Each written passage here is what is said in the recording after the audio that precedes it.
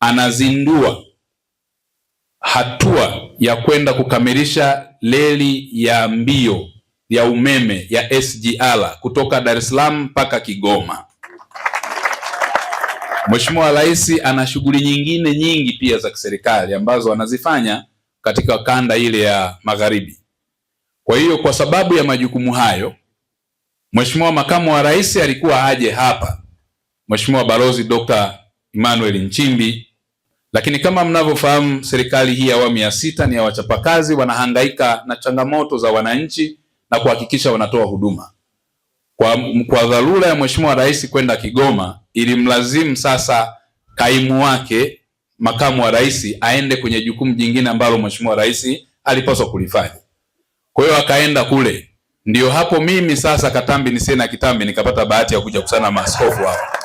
Amenituma ili niweze kufika hapa pamoja na udhuru ambao aliusema kwa majukumu aliyopewa na Rais wetu wa Jamhuri ya Muungano wa Tanzania Dr. Samia Suluhu Hassan.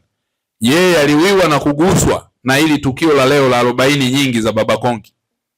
Akasema katika lile kusudio lako la siku ya leo tuitolee sadaka ya kuhakikisha kwamba tunachanga na kufikia milioni 8.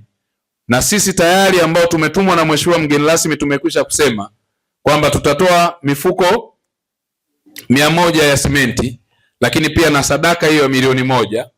Yeye akasema katika hiyo milioni 8 ambayo ilikusudiwa kupatikana, yeye Makamu wa Rais atoe shilingi milioni 10 kwa ajili ya kanisa.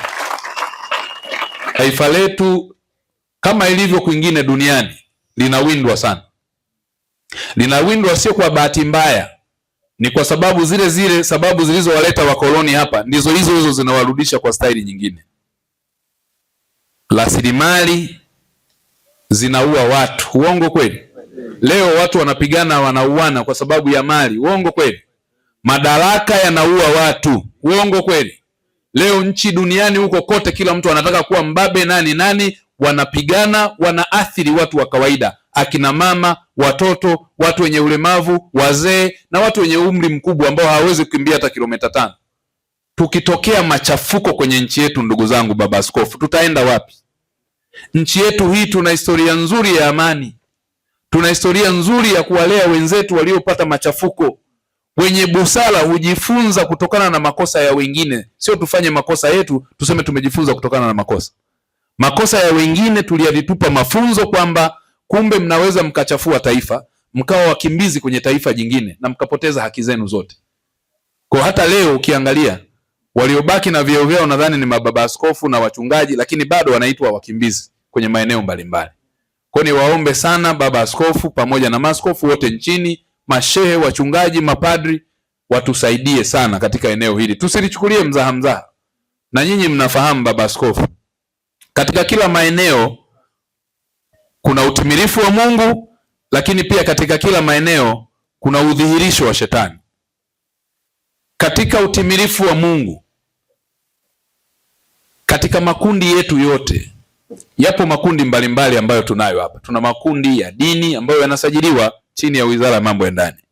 Tuna makundi ya wanasiasa ambayo yanasajiliwa kwa mujibu wa sheria. Tuna makundi ya wakulima, tuna kundi la vyama vya ushirika, si ndio? Vyama ni vingi.